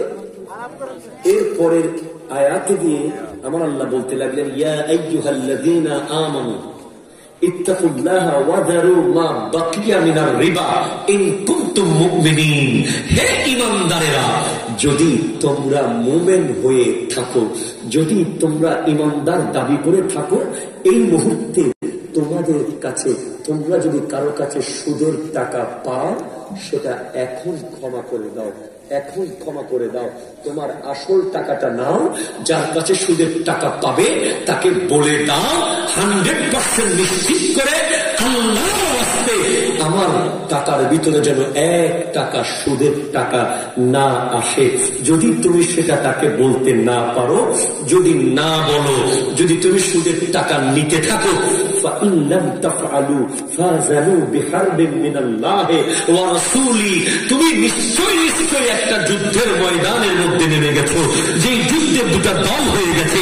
এক দলের মধ্যে স্বয়ং আল্লাহ এবং রাসূল, আর এক দলের সুদী ব্যক্তি সুদীর সাথে যুদ্ধে নেমেছে আমার আল্লাহ এবং রাসূল। তাহলে বলুন তো, সুদী ব্যক্তিকে জিজ্ঞেস করুন, সে আল্লাহ আর রাসূলের সাথে যুদ্ধ করে টিকে থাকতে পারবে? কথা বলেন, পারবে? এটা সূরা বাকারার 200 সূরা বাকারার 279 নম্বর আয়াত। এই আয়াতটা একটু পড়ে দেখবেন আপনারা। আমার আল্লাহ বলছেন, ফাইন লাম তাফআলু ফাযানু বিহারবিন মিনাল্লাহি ওয়া রাসূলি। যে সুদের টাকা মাফ করে নাই, এখনো সুদ খাচ্ছে, সে ময়দানের মধ্যে আল্লাহ রাসূলের বিরুদ্ধে যুদ্ধে নেমে গেছে। বলা হচ্ছে, ওয়া ইন তুবতুম, কিন্তু সে যদি ক্ষমা চায়, ফালাকুম রুউসু আমালিকুম, তার মূলধন থেকে যাবে, মূলধন সে পেয়ে যাবে। কিন্তু সে যদি ক্ষমা না চায়, সে তার মূলধন হারিয়ে ফেলবে। মূলধন মানে কি? তার বাড়ি ভিটা হারাবে, তার সমস্ত ব্যাংকের টাকা সে হারাবে, তার অস্তিত্ব সে হারিয়ে ফেলবে। আল্লাহ 1 সেকেন্ডের ভিতরে সুদের কিডনি নষ্ট করে দিতে পারে। কথা বলেন ঠিক কিনা? তার লিভারকে ধ্বংস করতে আল্লাহর 1 সেকেন্ড সময় লাগবে না। আল্লাহর ওয়াস্তে সুদ খাবেন না। মনোবারে খিদমত করার দরকার আছে না নাই? কথা বলেন, দরকার আছে না নাই? আমার মা বোনেরা পর্দার আড়ালের মধ্যে আজকে শুনতেছে, আমার মা বোনদের শুকরিয়া আদায় করছি। ও আমার মা, ও আমার বোন, আপনাদের জন্য একটাই নসিহত, আল্লাহর ওয়াস্তে 2টা জিনিস পালন করবেন। একটা হলো স্বামীর কথা মতো চলবেন। কথা বলেন না ঠিক কিনা? আমার নবীজি বলছেন, আমি যদি আল্লাহ ছাড়া অন্য কাউকে সিজদা করার জন্য বলতাম, তাহলে অবশ্যই প্রত্যেক স্ত্রীকে বলতাম সে যেন তার স্বামীকে সিজদা করে। আমাদের দেশে বর্তমানে এমন স্ত্রীও আছে স্বামীর উপরে একটু যেতে চায়। কথা বলে ঠিক কিনা? আমার মা বোনদেরকে হাত জোর করে বলবো, আল্লাহর ওয়াস্তে স্বামীর অবাধ্য হওয়ার চেষ্টা করবেন না। 2 নম্বর, আমার মাদের জন্য নসিহত হলো, বোনদের জন্য নসিহত হলো, আমার নবী বলেছেন, আল উম্মাহাতু আরবাউন, উম্মুল আদাবিয়া কিল্লাতুল আকলি ওয়া উম্মুল আদাব কিল্লাতুল কালাম। সমস্ত শিষ্টাচারের মূল হচ্ছে কথা কম বলা। আমার মা বোনদেরকে বলবো, আপনারা কষ্ট করে কোরআন তিলাওয়াত করেন, আপনারা কষ্ট করে নামাজ পড়েন, আপনারা কষ্ট করে জিকির করেন, কিন্তু দুঃখের বিষয় আপনারা পাশের বাসায় গিয়ে পুত্রবধূর বদনাম করেন। কথা বলেন ঠিক না? আবার পুত্রবধূদের একটা দুঃখের বিষয়, তারা মোবাইলে কল করে শাশুড়ির গীবত করতে থাকে। আমার শাশুড়ি দাজ্জাল, আমার শাশুড়ি ভণ্ড, আমার শাশুড়ি গরম, আমার শাশুড়ি এমন। আর শাশুড়ি আম্মারা বলতে থাকে, কি ফোলান লাগে বই আনছি রে বাবা, কি যে ডেঞ্জারাস মাইয়া লইয়েছি। এই ধরনের কোন গীবত করা যাবে? আমার ভূতদেরকে বলবো, যারা নতুন সংসারে এসেছেন, স্বামীর সংসারে, এই কথাগুলো আমি সবসময় বলি। সমাজ পরিবর্তন হচ্ছে আলহামদুলিল্লাহ। আপনার শাশুড়ি আম্মাকে একটু সুযোগ দিন, শ্বশুরি আম্মাকে একটু সুযোগ দিন। আসা মাত্রই মালকিন হওয়ার দরকার নেই। কথা বলেন ঠিক কিনা? এমনি বিয়ে হওয়ার লগে লগে করে সাবি আমার দেন। কথা কয় ঠিক কিনা? সাবি নিয়েন না, আপনার শাশুড়ি অনেক কষ্ট করে এই সংসারটাকে আজকে এই জায়গা পর্যন্ত এনেছে। কথা বলেন ঠিক কিনা? আল্লাহর রাস্তে আপনার স্বামীকে বলবেন না, ও আমার স্বামী, তোমার বাবা মাকে শুধু তুমি কেন খাওয়াবে? তোমার তো আরো ভাই আছে, তুমি কেন খাওয়াবে? আমি আর পারতেছি না। সকালবেলা তোমার মা নাস্তা খুঁজে, বিকালবেলা তোমার বাবা ওষুধ খুঁজে, রাত্রেবেলা আমরা যখন মাত্র একটু রাত শুরু করি তখন তোমার বাবা এশার নামাজ পড়ে ভাত পুষতে আছে। আমি আর পারতেছি না। ও আমার মা, ও আমার বোন, এই ধরনের কোন অন্যায় আচরণ করবেন না। মনে রাখবেন, আপনাদেরকে স্পষ্ট বলে দিতে চাই, যে সমস্ত বউরা পুত্রবধূরা শ্বশুর শাশুড়ির খেদমত করছেন, শ্বশুর শাশুড়ি হিসেবে খেদমত করার দরকার নাই, আল্লাহর বান্দা হিসেবে করেন। কিয়ামতের মাঠে আপনার জন্য নূরের মিম্বরের ব্যবস্থা করে রাখবে আমার আল্লাহ। কথা বলেন ঠিক কিনা? মনে রাখবেন, সন্তানদেরকে বলছি, শাশুড়ি বউয়ের কথা শুনে যারা মাকে বাদ দিতে চাও, বউয়ের কথা শুনে মায়ের সাথে যারা বড় গলায় কথা বলে, বাবার সাথে যারা ভাব দেখাও বউয়ের কারণে, তাদের উদ্দেশ্যে বলতে চাই, আমার নবী স্পষ্ট বলে দিয়েছেন, ইয়া মাশারাল আনসারে ওয়াল মুহাজির মান ফাদ্দালা জাওজাতাহু আলা উম্মিহি ফাআলাইহি লানাতুল্লাহি ওয়াল মালায়েকা লা ইয়াকবালু মিনহু সারফুন ওয়ালা আদলুন ইয়ানি আল ফারায়েজা মিন নাওয়াফিল।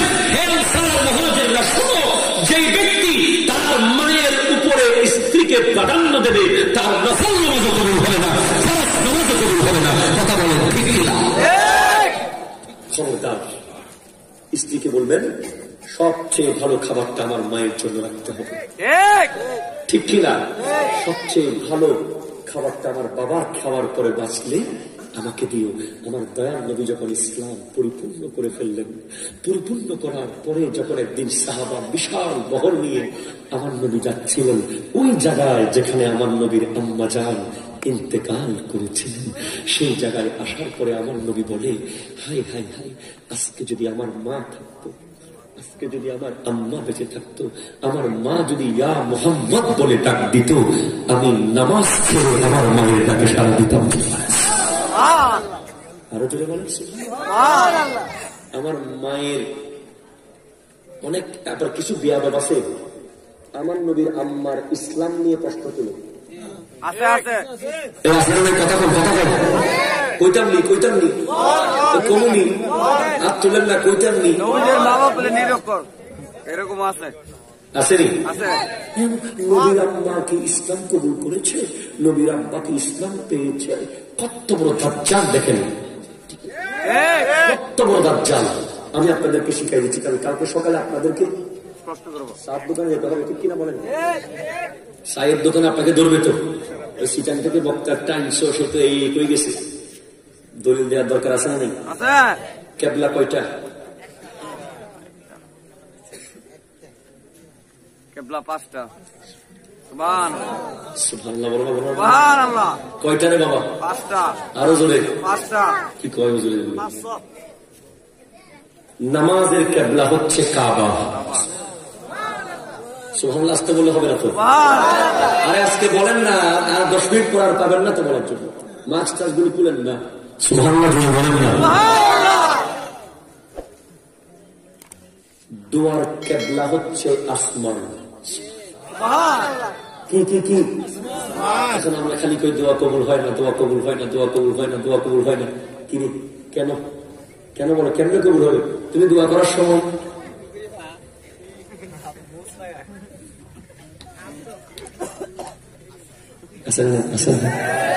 আবার কিছু আছে আহলে খবিস, ঠিক কিনা কথা বল না, অনুবাদ করে না, নামাজ শেষ করি পিছনে হাত দিয়ে রাখে, কথা বল ঠিক কিনা? আবার কত বড় দরদর দেখেন, তার বাবা সারা জীবন তাকে পেলে তুলে বড় করলো, সে বাবা জানাজার করে নামাজ মনোজাতটা করতে চায় না, কথা বল ঠিক কিনা? জানাজার পরে বলে মনোজাত নেই, কত বড় ব্যাখ্যা দেখেন, স্পষ্ট সহিহ হাদিস আছে, আমি চ্যালেঞ্জ করতে পারি। আবু দাউদ শরীফের হাদিস, আমার নবী বলেন, ইজা সাল্লাইতুম আলাল মাইয়াতি ফাখলিসু লাহু দুআ, জোরে বলেন সুবহানাল্লাহ। আবার কিছু আছে একটু যখন উঠে গেছে কইয়া দিই, আমি কিতাবটা সাথে রাখছি, কারণ মাঝে মধ্যে মেডিসিন লাগে, আমি কইলে তো কইব যে আপনি প্রত্যেক বই দেখান, এই তো কিতাব আছে রে বাবা, কিতাব সাথে আছে। এই কিতাবের নাম হচ্ছে কি জানো? কিতাবের নাম হচ্ছে সিহাসিত্তা ও আকায়েদে আহলে সুন্নাত ওয়াল জামাত।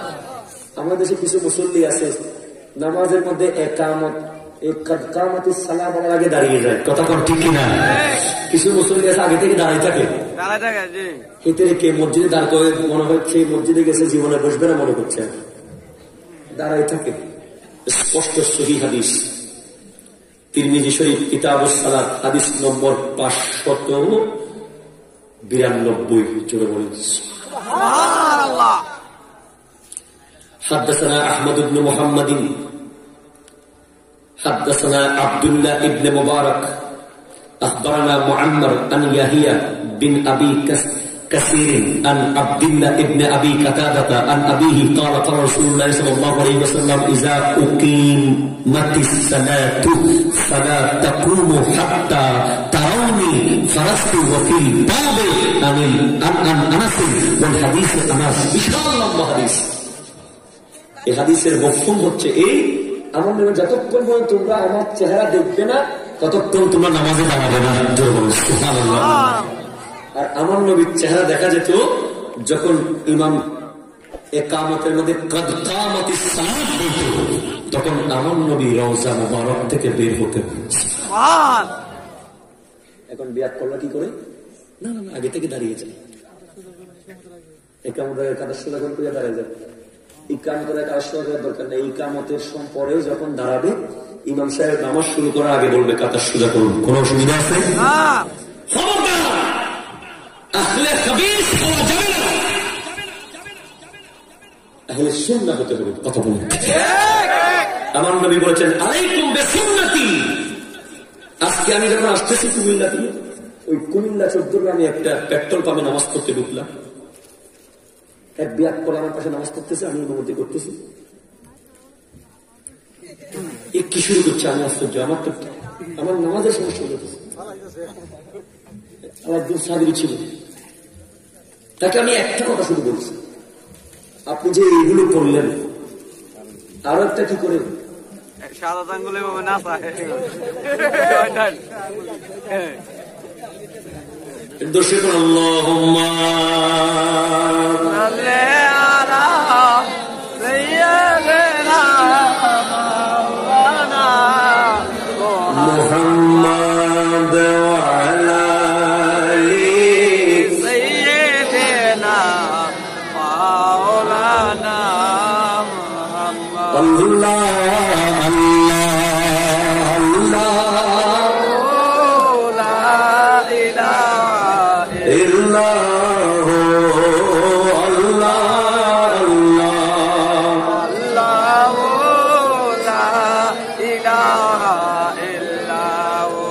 একটু শুনেন, আছেন মনে আছে?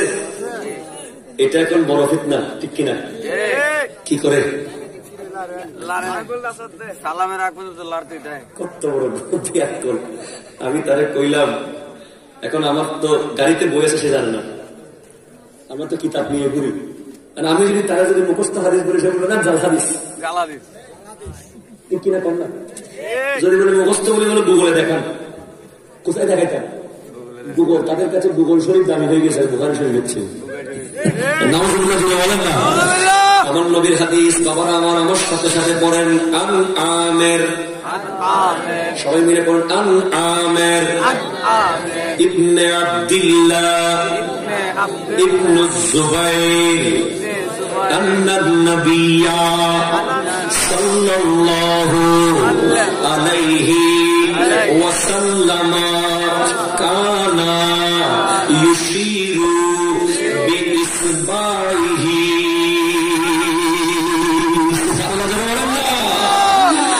আমার নবীর সাহাবা সাইয়্যিদিনা আব্দুল্লাহ ইবনে আমের, উনি আব্দুল্লাহ ইবনে যুবাইর রাদিয়াল্লাহু তাআলা আনহু থেকে বর্ণনা করছেন, আমার দয়াল নবী যখন নামাজের মধ্যে আঙ্গুল তুলতেন বিইসবাইহি ইযা দাআ ওয়া লা ইউহাররিকুহা, আমার নবী আঙ্গুল নাড়াতেন না। সুবহানাল্লাহ বলেন। সুবহানাল্লাহ। সুনান নাসাই সুনান নাসাই নাম শুনেছেন তো? দেখি বাবা, যার হাদিস করে না এটা সহি হাদিস, বলেন সুবহানাল্লাহ। আমার বাবা কি দিয়ে গেছে এটা? আচ্ছা আচ্ছা বাবা যান, শেষ করে দেবো। হ্যাঁ ফজরের আগ পর্যন্ত না চালাবো, শেষ। তাহলে বাবারা কিতাব আমার কাছে আছে, কেউ থাকলে আসো, কথা কোন ঠিক কিনা? আঙ্গুল নাড়েন কেউ থাকলে আসো আসো আসো, কথা বলো ঠিক কিনা বলো? আঙ্গুল নাড়া যাবে না। মনে রাখিয়েন এই প্যান্ডেলে যেমন তেমন ব্যক্তি আসে নাই, আমার উস্তাদরা সবাই এখানে এসেছে। অন্তত এই বাড়াই কেন্দ্রীয় মসজিদে কোন ধরনের আহলে হাদিসের জায়গা হবে না। হবে হবে হবে হতে পারে। নামাজ ঠিকভাবে পড়বেন, সাল্লু কামা রাআইতুমুনি উসাল্লি, যেভাবে নবীজি নামাজ পড়েছেন সেভাবে নবী নামাজ পড়বেন। আমার নবী আঙ্গুল নাড়তেন না, হাদিস আমার সামনে আছে। তুই করতে কি আবার আসলি? তো তাকে আমি কইলাম এখন কি করবেন? আমি আপনার সাথে কথা করি না, কথা বলবো কথা কবি না কেন? কথা কবি আমার নয়, কথা কবি ব্যক্তি ব্যস্ত হয়ে যাবে। কালকে থেকে নামাজ ঠিক করে পড়বে কিনা বলবো না, আমি পড়বো না। কার মতো পড়বা? নায়ক নায়ক ডক্টর জাকির নায়ক।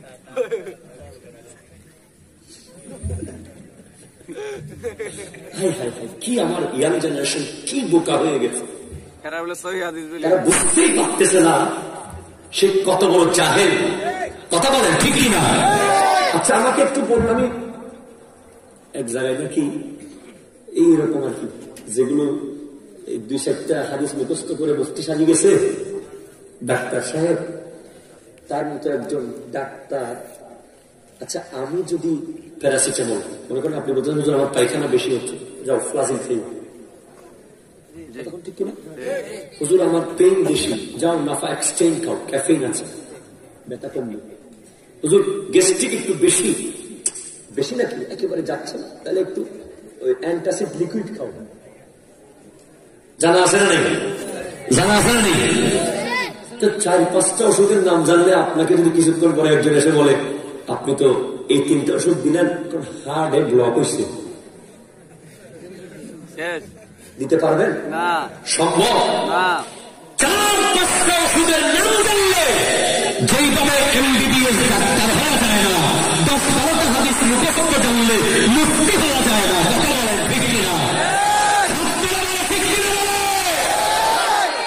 খবরদার, এই বাংলাদেশে ইসলাম কোন নবী আসেন নাই, এখানে এই ভারতবর্ষে কোন নবী আসেন নাই। এখানে ইসলাম এনেছেন হযরতে খাজা মঈনুদ্দিন হাসান সানজিরি, ইসলাম এনেছেন শাহজালাল ইয়ামানি,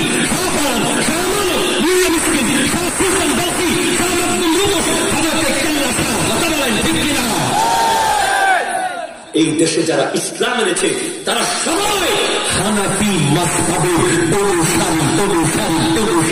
তাহলে তুই যখন নতুন 2021 সালের নামাজ আমি বাইরে ছিলাম, তোকে আমি বলতে চাই তোরটা যদি সত্য হয় তাহলে তোর আগের গুলো সব ভুল ছিল। কথা বল ঠিক কিনা? তুই কি বলতে চাস খাজা গরিব নওয়াজের গুলো ভুল ছিল? তুই কি বলতে চাস শাহজালাল ইয়ামানি ভুল করেছে?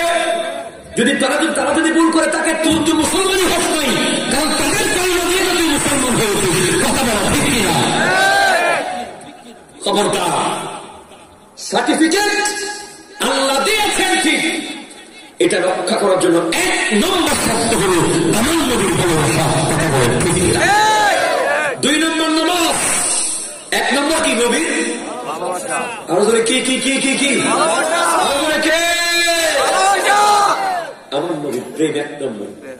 এখন নবীর প্রেমের 3 নম্বর নাকি নামাজ পড়লে কিয়ামতের মাঠে মুখে মারবে তুলে। কথা বল ঠিক কিনা? আগে নবীর প্রেম দিয়ে বিল্ডিং এর ফাউন্ডেশন দাও, ঠিক কিনা? এরপরে নামাজের তালা, রোজার তালা, হজের তালা, যাকাতের তালা, জিকিরের তালা, বিশাল ইবাদতের একটা ইমারত তৈরি কর। তোর প্রত্যেকটা ইবাদত তুই কিয়ামতের মাঠে চোখে দেখতে পাবি। কথা বলেন ঠিক কিনা? নবীর প্রেম ঠিক নাই, নামাজ পড়ে কপাল কালো করে ফেলতেছে। কথা কম ঠিক কিনা? নবীর মিলাদ করে না, কিয়াম করে না, আসে না? কিয়াম করার দরকার আছে না? করেন তো আপনারা? ইনশাআল্লাহ করবেন তো ইনশাআল্লাহ? আজকে হবে ইনশাআল্লাহ, ভালো করে আমি করবো আজকে। কথা বলেন বাস, লাখো সালাম সব করতে হবে। নবীর শানে ব্যাপারে কোন দলিলের দরকার বিনা দলিলে আমার নবীর সম্মানে যত কিছু আছে সব মানতে আমরা প্রস্তুত। কথা বলেন ঠিক না? সুদ খাবেন না, ঘুষ খাবেন না, মা বাবার খিদমত করবেন, নামাজ পড়বেন, রোজা রাখবেন, সালাম দেবেন, মানুষকে খাওয়াবেন, মেহমানকে খাওয়াবেন, প্রতিবেশীকে খাওয়াবেন।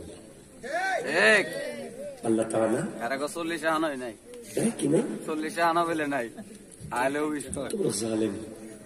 এগুলোকে কি করে পড়ে? 40 খানা যেদিন মনে সেদিন খানা আছে, সারা জীবন খানা আছে। কথা বলছি 5 দিন আনা নাই, 40 সব খানা আছে। ইনশাআল্লাহ আরেকদিন এগুলো নিয়ে বসবো তাদের সাথে। আমরা তো আছি। জি ইনশাআল্লাহ। আল্লামা হাফেজ এম এ জলিল রহমতুল্লাহি আলাইহি এই ময়দানে এসেছিল। কথা বলে ঠিক না? আমার উস্তাদ আল্লামা মুফতি বখতিয়ার উদ্দিন আল কাদেরী এই মসজিদ এই ময়দানে এসেছে। আল্লামা আবুল কাশেম ফজলুল হক হুজুর এই ময়দানে এসেছেন। আল্লামা হাফেজ মনিরুজ্জামান হুজুর কিবলা এই ময়দানে এসেছেন। এই ময়দানে কোন ধরনের বাতিলের অবস্থান হতে পারে না। কথা বলে ঠিক না? এই বাড়াই গ্রাম হবে সুন্নিয়তের প্রাণ কেন্দ্র। ঠিক কিনা? আজকে যখন আসতেছিলাম আমরা দেখেছি রাস্তার একদম মোড়ে আমার ভাই মোহাম্মদ আলাউদ্দিন সাবরি বলছিল, হুজুর আমাদের এই কসবার মধ্যে একটা সুন্নি মাদ্রাসা নেই। আমি আপনাদেরকে কথা দিয়ে যাচ্ছি, আপনারা উদ্যোগ নেন, সমস্ত দায়িত্ব আমি নেব, একটা সুন্নি মাদ্রাসা করবো ইনশাআল্লাহ। কথা বলেন ঠিক কিনা? সুন্নি মাদ্রাসা আছে এখানে? আছে?